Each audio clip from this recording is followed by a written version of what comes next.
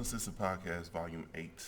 I recorded a whole pod just a few seconds ago, 30 minutes of my life wasted because the trade was officially announced. So some of what I just said became invalid, so I wanted to come in and correct it briefly and just kind of rediscuss everything I just went through. First things first, the trade is official. Trade call just went through. Instead of creating a $7 million ish traded player exception, we created a $3.5 million traded player exception. It's significant, a significant difference. But I'll go into the good, the bad, the ugly of the trade, my reactions to it, and that'll be it for tonight. First, my Twitter is at CDH the Great. So hit me up if you have any questions, inquiries. If you want to hop on a pod one day.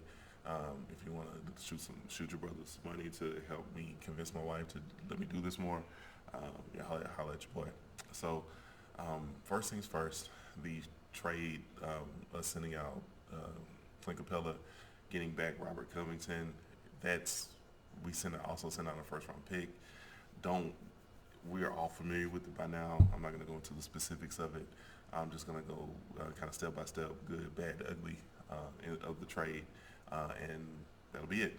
So first things first, the good pieces of it are the good of it. From an on the court perspective, I don't believe that it's going to hurt us as much as it could or would in past years. The simple fact of that the NBA is not filled with a bunch of post bigs and bigs that can really take advantage of the height mismatch will help us tremendously, quite frankly. We've seen that evidence of that in the games that we've already played with the small ball lineup. It hasn't been terrible in the paint. There are a lot of rebounding issues. There have been a lot of putbacks. But quite frankly, I don't think that it's enough to completely sink our ship. I do think that there are some other issues, and we'll talk about that later in the pod, that will arise from the lack of height. But I do understand from a defensive perspective how we could be able to maintain enough, well enough to still continue to have a certain level of success. So that's point one. Point two is that offensively, the numbers don't lie. I sincerely think that we've been a phenomenal offensive team. Allowing Russ the space that he needs in the paint, allowing Harden, again, the space that he needs in the paint, having shooters completely wide open because of the structure of the five-man out scheme. It just, we'll be able to light the world on fire.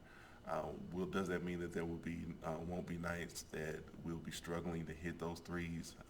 No, we'll still have nights where we go cold from three, making the entire offense bog down. But I think by and large, and the numbers kind of bear this out, I think that it will be a tremendous offensive team. Point number three, for the capologists out there, we've lowered our task commitment, which will allow us some more flexibility.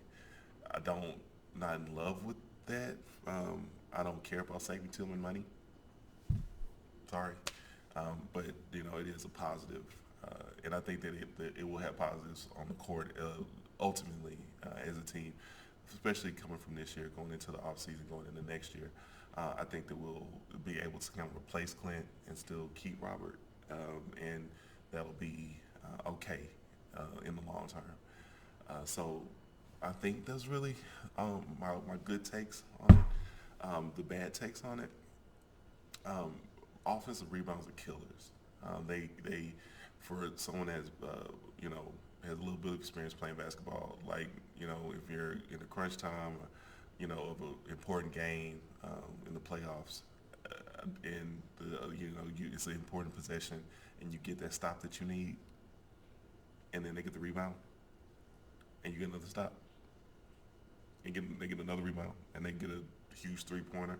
I think that happened in the Golden State series last year multiple times. That's a backbreaker. That just kills momentum. That kills your spirit. It's gut wrenching. It's a gut punch. We're signing up for that, and I'm not a fan of that.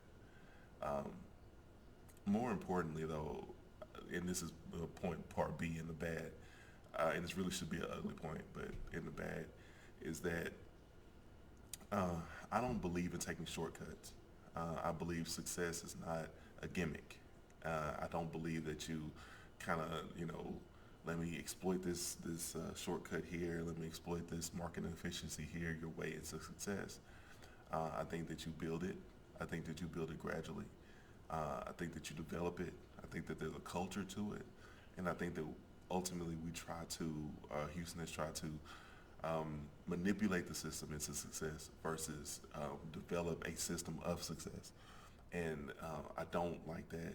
I don't believe that's how the '90s championships won. I don't believe that that's the way to have a commitment to winning.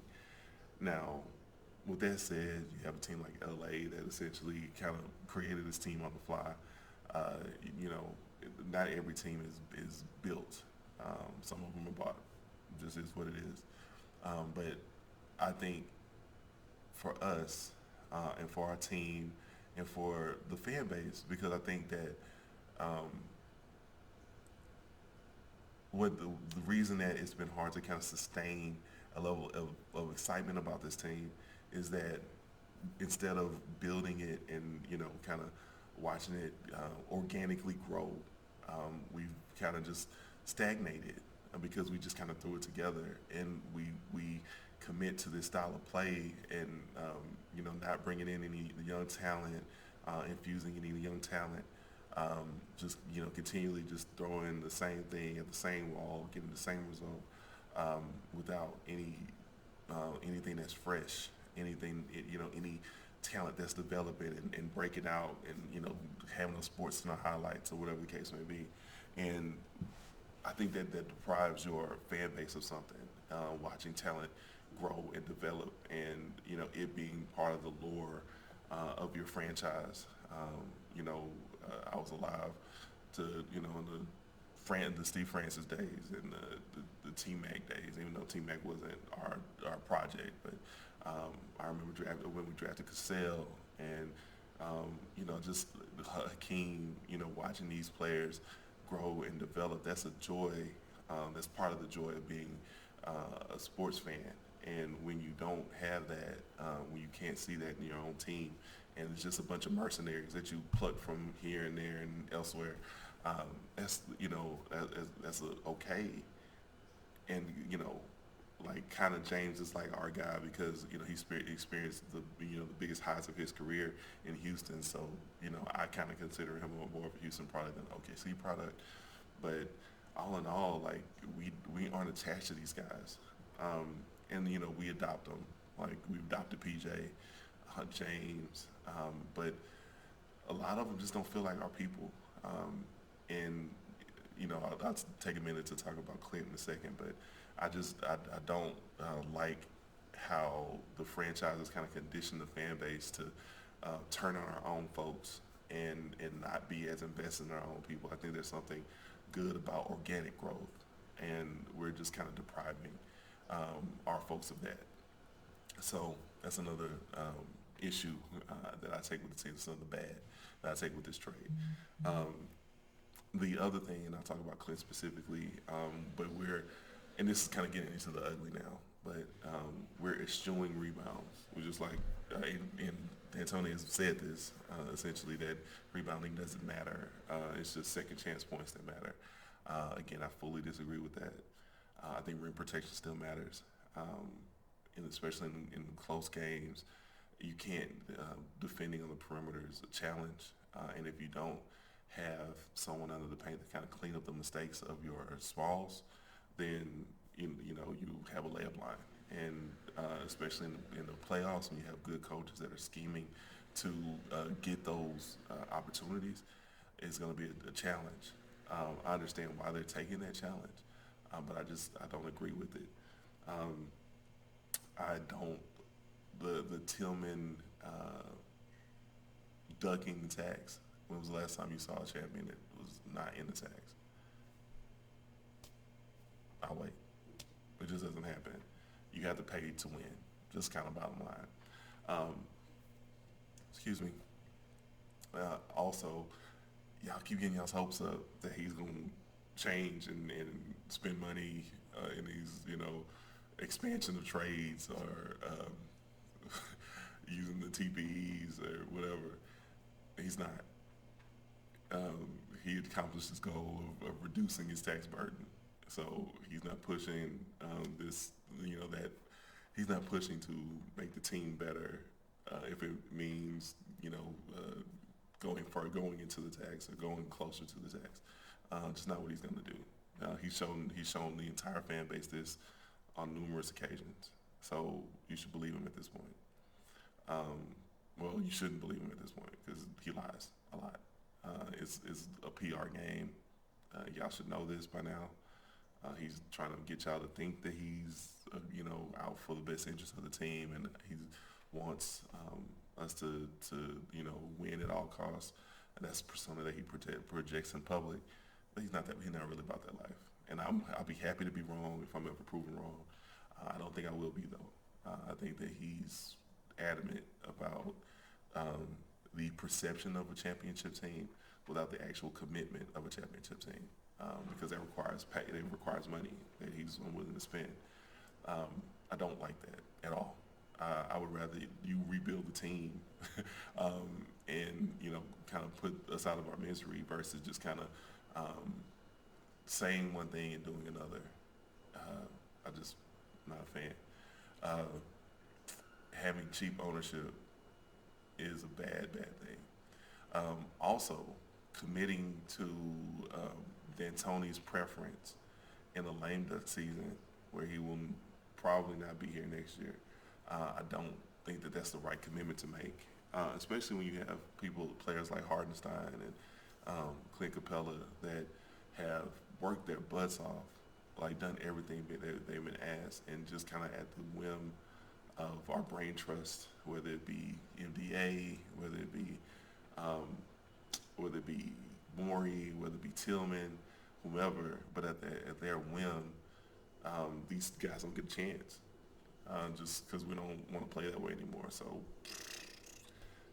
I don't agree with that. I believe that hard work, dedication, effort, results should be rewarded and consistently rewarded. I've had a couple conversations with a couple people like Hardenstein's a rookie, or he's a young player. It doesn't matter, what he feels like. He should just work and blah blah blah. Come on, man. Like, I'm not. To me, that's like a form of ageism. You know what I'm saying? Like, if you can do a job and you can do it well, then you shouldn't. It shouldn't matter how old you are. It shouldn't matter your level of experience. Get out there and continue to prove that you're doing it well, and to be deprived of that opportunity just because of a thought experiment that flies against the prevailing logic of the vast majority of NBA history. Not about that, man. I don't like that at all. I think that it's gross. If I was a center, I would not sign with the Rockets as currently constructed, and while they still have this mentality. If I was a younger player, I wouldn't want to be drafted by the Rockets. I just wouldn't. And I know that doesn't matter because we don't draft players anyway. We are not committed to player development. So, it is what it is, but I'm 100% for, 300% for, I can't express how much for I am of earning it and, committing to players that earn it. And if a player is not performing, don't reward their lack of performance with more playing time or starting role. I'm not about that.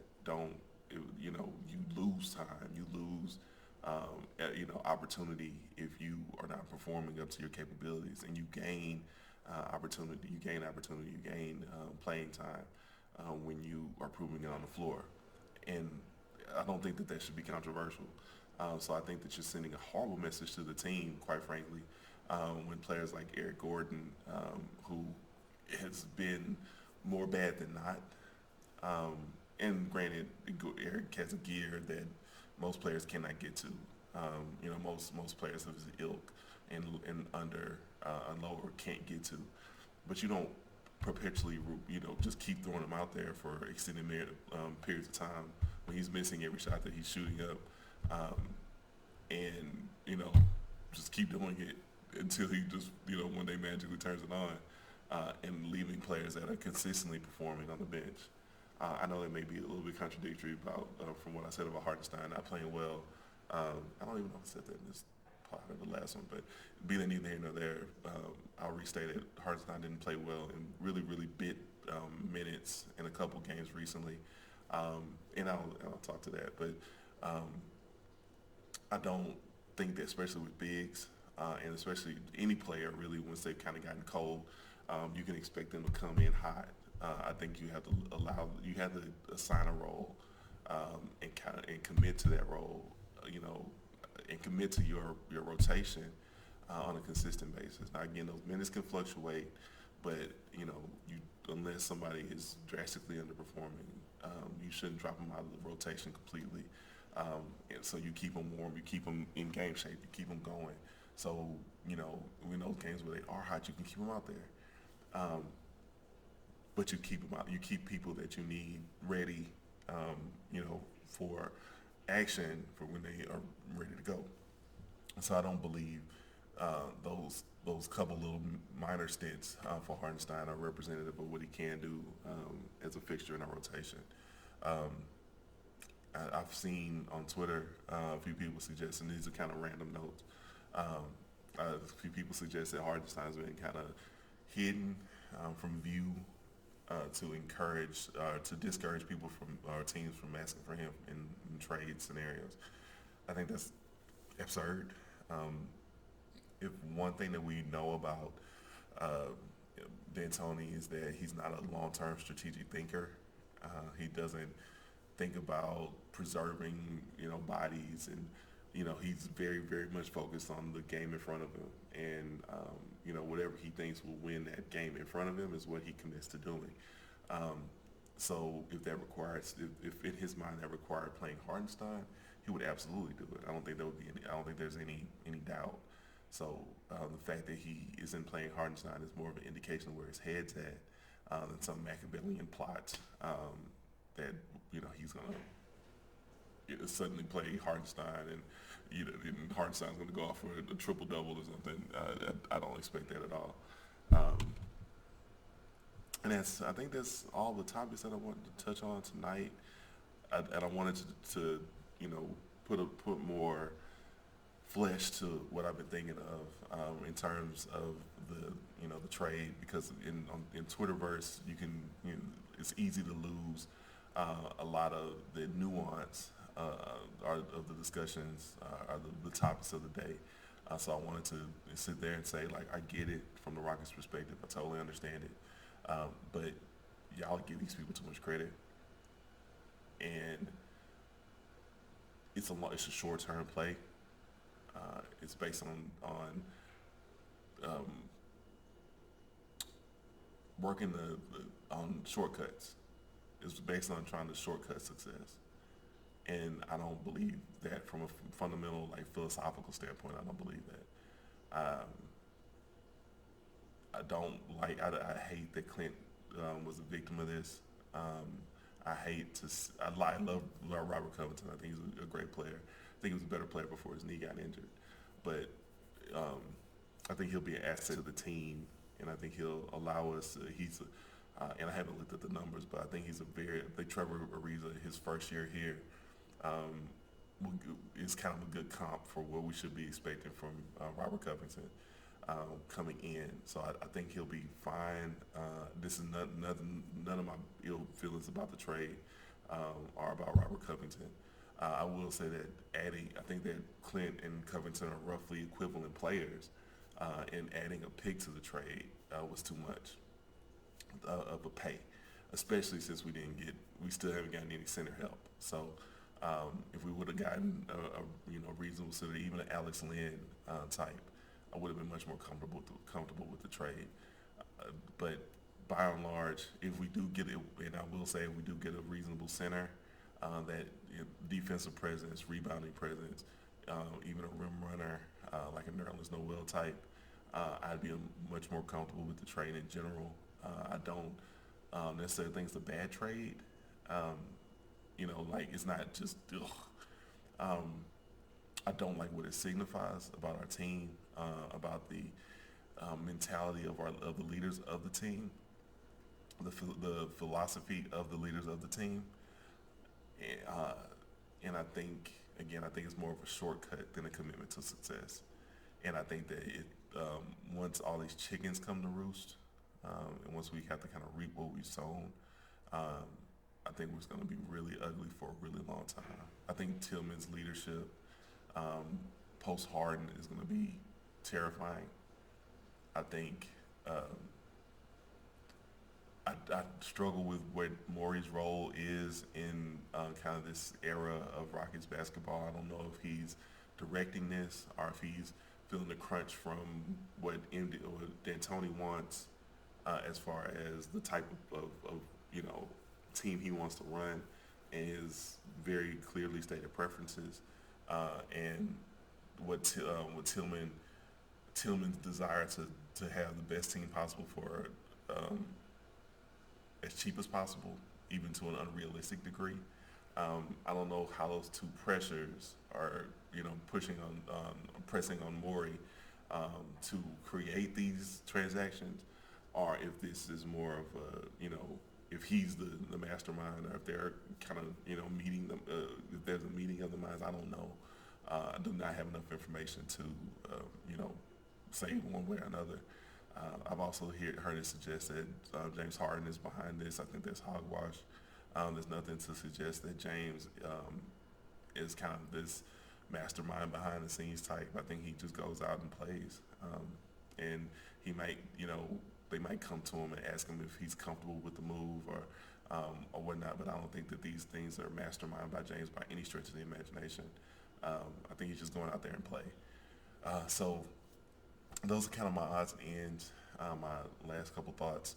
Again, get at me on Twitter if you have any thoughts that you would like to share, comments, commentary. If you again want to, help a brother monetize this, so we can, make this a more common occurrence. Let me know. Any feedback, good, bad, and different, will help me make this better in the future. So again, holla at your boy. Peace.